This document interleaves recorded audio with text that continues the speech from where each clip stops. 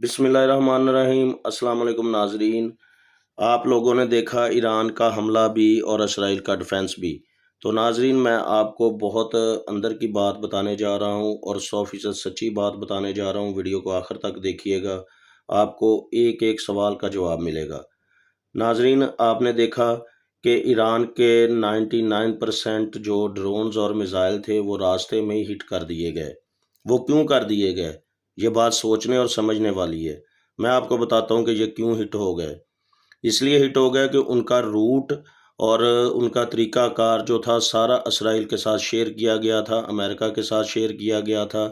یہ نورہ کشتی والا معاملہ ہو گیا، جیسے ریسلنگ میں ہوتا ہے کہ طے شدہ ہوتا ہے کہ ایک پہلوان نے جیتنا ہے اور ایک نے ہارنا ہے، ٹھیک ہے۔ تو ناظرین، یہ تھا عزت بچانے کا معاملہ۔ ایران نے اپنی عوام کا دباؤ بھی کم کرنا تھا اور عالمی سطح پر اپنی عزت بھی برقرار رکھنی تھی۔ تو میں آپ کو یہ بتا رہا ہوں، یہ 100% سچ بات ہے۔ یہ طے شدہ حملہ تھا، پلانڈ حملہ تھا، اور یہ اسرائیل کو ایک ایک چیز پہلے سے بتائی گئی تھی۔ نہیں تو آپ جانتے ہیں کہ 333 میزائل اور ڈرونز فائر کیے گئے ہوں کسی ملک پر، تو وہاں پر نقصان کچھ بھی نہ ہو۔ اس لیے آپ نے اس پس منظر میں بھی جانا ہے کہ حملے کے فوراً بعد ایرانی آرمی چیف نے بیان دیا کہ ہم نے اپنا بدلہ پورا کر لیا۔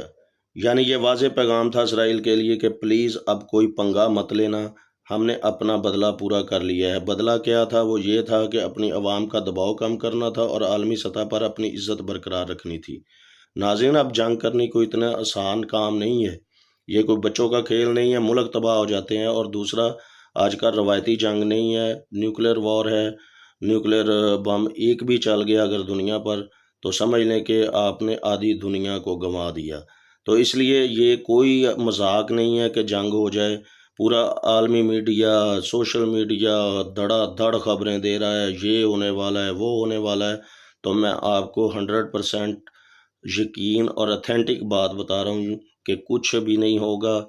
اب یہ اسرائیل نے سلامتی کونسل کا اجلاس بلوایا درخواست دے کر، وہ G7 کی بیٹھک ہوگی، اس میں اعلامیہ جاری ہوگا کہ ہم ایران کے ساتھ بیٹھ کر تنازعات کا حل نکالیں گے، اور وہ بڑی آسانی سے خوش اسلوبی سے معاملات طے ہو جائیں گے۔ یہ اچھی بات بھی ہے دنیا کے لیے، کوئی جنگ اچھی چیز نہیں ہے۔